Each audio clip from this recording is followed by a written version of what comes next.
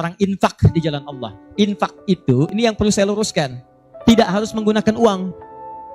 Infak itu pemberian bersifat materi. Makanan itu infak, pakaian itu infak, buah-buahan itu infak. Silahkan berbagi, walaupun gak ada uang, bisa kita gunakan dengan yang lain. Cek, kalau antum main ke Auckland, ke New Zealand, ya, di situ ada donation itu bukan cuma dengan uang, food. Kadang mereka kasih dengan makanan. Ada yang nyimpen ciki, kotaknya di situ. Di kotak infak itu, kotak dalamnya ada ciki, ada beras, dan macam-macam. Sampingnya ada yang uang. Cuman mesti dilihat dulu bagaimana bentuk kotaknya. Ya, kalau kotaknya belahan kecil, itu pasti uang, bukan beras. Oh, ini beras nih, dibuka dulu karungnya, diginikan. Tidak, bukan. Silakan bebas. Ya, dan itu nilainya tinggi. Kadang-kadang antum lupa di majelis ilmu ada snacknya, walaupun cuma kurma dapat 2, bagi 1 dengan teman. Air misalnya tidak harus semua oleh antum. Bagi, begitu antum bagi langsung dituliskan 700 kali lipat paling minimal. Demi Allah saya katakan paling minimal 700 kali lipat. Makanya zaman Nabi itu ada satu keluarga yang berlomba tuh mendekatkan diri pada infak walaupun dirinya kekurangan. Agak aneh tuh cara berpikirnya.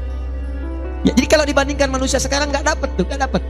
Saya mau tanya begini, antum di rumah persediaan, antum punya anak 2, antum dengan istri, 1 suami 1 istri 2 anak. Di rumah ada persediaan makanan untuk 2 anak antum saja. Antum aja nggak makan malam itu, cuma ada anak 2. Untuk mereka kalau nggak makan mereka bisa nahan lapar semalaman. Tiba-tiba antum ditawarkan oleh seseorang, ada tamu nih, mau nggak dijamu di rumah? Bisa nggak? Pertanyaan saya, kalau ada orang yang datang seperti itu ke tempat antum, Mas, ini ada tamu, saya nggak bisa jamu, bisa nggak antum jamu? Di rumah antum cuman ada makanan untuk anak-anak, antum pun nggak bisa makan. Pertanyaan saya, dijamu nggak teman itu? Kenapa diam? Wahai ahli surga, kenapa diam? Lihat cara berpikirnya. Kalau cara berpikir kita hanya ke makanan saja, maka kita katakan, Ustaz, anak saya aja dapatnya makanan seperti itu, kami pun gak makan, bagaimana bisa diberikan pada tamu? Tapi cara berpikir Tolhah dan keluarganya agak beda. Begitu Nabi katakan ada tamu, kita datang langsung angkat tangan, duluan ngangkat, padahal yang lain banyak yang punya banyak makanan. Tapi cara berpikirnya, kapan lagi saya dapat 700 lebih?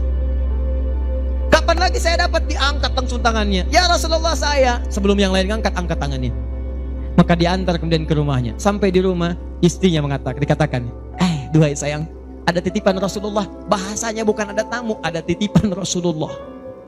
Allahu Akbar. Ada titipan Rasulullah. Maka istrinya langsung membaca, saya paham. Saya bertugas menidurkan anak-anak dulu, tidurkan. Yang suaminya menyiapkan makanan. Begitu sudah jadi, kata suaminya kepada tamu tadi, Anda silahkan makan di sini, saya temani dulu istri saya. Gak enak rasanya meninggalkan sendirian. Begitu temannya makan, dia berpura-pura makan di bilik yang lain, membunyikan bunyi-bunyi seakan-akan makan. Begitu sudah kenyang, tanpa mukaddimah yang lain langsung pamit. Terima kasih sudah menjamu saya, semoga Allah berikan pahala. Pamit malam itu juga. Begitu selesai pamit, subuh-subuhnya datang menghadap pada Rasulullah pagi-pagi. Apa yang terjadi? Turun ayat Quran surah 59 ayat 9 sampai 10 itu. Walladzina tabawwa'ud dar, sampai ke kalimat wa yu'thiruna ala anfusihim walau kana bihim khasasah. Tuh cara berpikirnya. Jadi kalau antum melihat peluang seperti ini, enak teman-teman sekalian, banyak sekali. Tidak harus uang, pakaian, makanan, macam-macam. Jadi kalau antum beli buah tuh, antum beli 5, di rumah ada 3 orang, berarti antum mesti sadar Allah titipkan yang 2 lagi untuk peluang infak antum. Bukan untuk antum habiskan semua. Kok bisa orangnya cuma 3, beli mangga 5? Siapa yang menggerakkan antum untuk beli 5 mangga? Orang cuma 3, berarti yang 2 lagi itu Allah gerakkan untuk mendapatkan pahala. Ada peluang di situ. Lu kepada siapa ya Rasulullah saya berikan? Kepada siapa ya Allah saya infakkan? Ini yang sering keliru. Kata Allah langsung turun, fi sabilillah, yang utama itu 5 dulu. 5. Kalau Anda temukan 5 ini, dia peluang infaknya sangat tinggi untuk diberikan. Siapa mereka ini? Ada di Quran surah kedua ayat 215, paling kanan sebelah bawah. Yas'alunaka madza yunfikun. Mereka bertanya pada Muhammad sallallahu alaihi wasallam, ya, awas, apa yang harus kami infakkan? Pada siapa? Maka turun jawaban, qul ma anfaqtum min khair. Katakan kalau mau infak mesti yang paling bagus. Ini kaidah pertama. Awas, ada peringatan di Al-Baqarah ayat 267. Wala tayammamul khabitha minhu tunfiqun walastum biakhidhihi illa an tughmidu fi. Jangan kamu infakkan pada orang lain yang kamu tidak suka. Melihatnya aja kamu nggak suka, dikasih orang. Antum punya uang 50.000 2, 1, wah masih keras, bagus, luar biasa. Masuk dompet enak dilihat. Yang kedua, wah sudah lecek, dekil of the kumel. Wah, dilihat gak enak, baunya gak nyaman. Tiba-tiba ada orang lewat, Pak, sedekah Pak. Pertanyaan saya, maaf, mana yang antum berikan? Yang lecek atau yang bagus? Tuh. Ingat, kalau urusan zakat mal, berikan yang bagus. Zakat mal, pilih. Paham? 5 orang ini siapa? 1, lil walidain, orang tua. Ini orang tua ini gak pernah minta, jarang sekali. Cuman kita yang mesti paham. Kan sama, antum pun suka ngasih isyarat, mama, mama, mama, mama. Oh, mau makan, makan. Mama, mama, mama, mama, boneka, boneka. Antum setelah dewasa mesti paham. Kadang-kadang orang tua tuh gak minta, gak pengen nyusahin anaknya. Padahal orang tua udah susah, melahirkan susah, mengandung juga susah, merawat susah, menyusui susah. Sudah dewasa pun antum masih susahin juga. Kapan antum berbaktinya? Kadang-kadang cuma nanya, nelpon apa kabar, padahal di rumahnya itu Masya Allah lagi kurang beras. Beras kurang, listrik belum dibayar. Kirimkan, sebelum diminta kirimkan. Itu begitu antum kirimkan, demi Allah saya katakan, di hadits Al-Bukhari, di kitab Al-Adabul Mufrad, bukan cuma mendapatkan lipatan pahala kalikan 700 lebih, tapi ridha Allah turun ke tempat antum pada saat itu. Kalau sudah turun, semua doa yang antum mintakan minimal akan dijawab pada saat itu. Itu rahasianya. Kalau dengan urusan orang tua itu udah gak usah mikir. Begitu mengatakan, nah gini-gini, datang aja mah. Walaupun gak ada, katakan, insya Allah mah selesai. Insya Allah, berusaha antum. Begitu antum dapatkan seperti orang tua mengusahakan untuk antum dulu, maka pahala dilipat gandakan, ridho turun seketika. Kejar. Wal aqrabin, kerabat terdekat. Kerabat dibagi 2. Ada yang tempatnya jauh tapi hubungannya dekat. Punya saudara sekandung, tinggalnya di Palembang, antum di Semarang. Ayo kirimkan. Anak bibi gak bisa nih pendidikannya, bantu, antum ada, bantu, nilainya tinggi. Jangan dikira ringan. Nih bagian kedua nanti kalau saya terangkan banyak nih. Tenang aja, kita masih sampai subuh. Bagian kedua saya ikutin deh. Antum jual saya beli. Ya, cuman saya beli sampai 9:30. Paham? Ayo akrabin. Yang kedua itu, maaf, golongan kedua akrabin bisa tetangga. Orang yang tidak ada hubungan famili secara mahram, cuma tetangga antum. Tapi kalau yang kedua ini, Allahu Akbar, indahnya Al-Quran. Cek oleh antum, silakan cek. Walaupun beda agama, itu tetap ada peluang infak. Gak ada ketentuannya kecuali di Quran. Gak ada aturannya kecuali di hadis. Buka Quran surah ke-31 ayat 15, paling kiri sebelah atas. Ada anak muslim, orang tua belum Islam, belum dapat hidayah. Kata Allah, urusan untuk ibadah pisahkan. Orang tua jangan paksa, doakan dia, silahkan dakwahi. Tapi urusan dunia, wasahibhuma fid dunya ma'rufa. Wa in jahadaka ala an tusyrika bima laysa laka bihi ilmun fala tuti'huma. Urusan ibadah masing-masing, kalau diajak-ajak enggak usah ditaati, tolak dengan cara yang lembut. Tapi kalau urusan dunia, bagi. Antum muslim, orang tua belum Islam, antum punya kelebihan. Uang agak banyak, melimpah, makanan ada, bagi. Kata Allah, jangan lihat kemudian kepercayaannya karena dia belum muslim. Bagi. Indah teman-teman sekalian. Dan itu ada pahalanya. Begitu antum berikan, masuk yang halal. Begitu halal masuk, kan haram keluar. Kan cara berpikirnya begitu.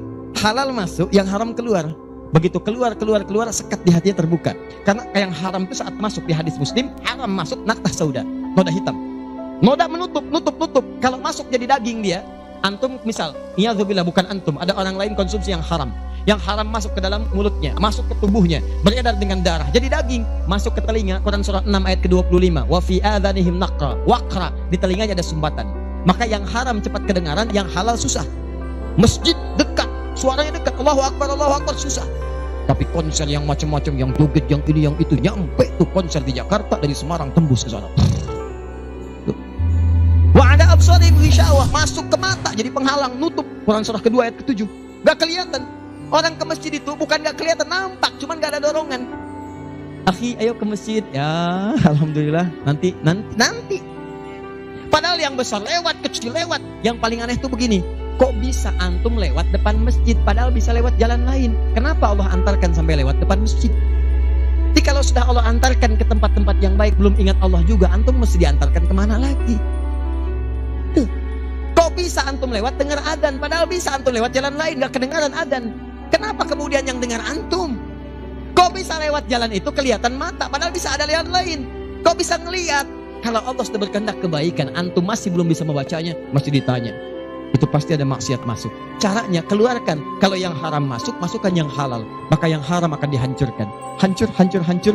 Kemudian muncul yang halalnya. Kalau halal sudah masuk, maka hati itu akan mudah untuk mendekat kepada Allah. Doakan, doakan, doakan. Demikian tetangga kita. Jangan dikira tetangga antum yang muslim saja. Mungkin kita ada non-muslim samping kita. Mungkin ada yang Kristen, ada yang Hindu, yang Buddha. Dalam hubungan keduniaan indah.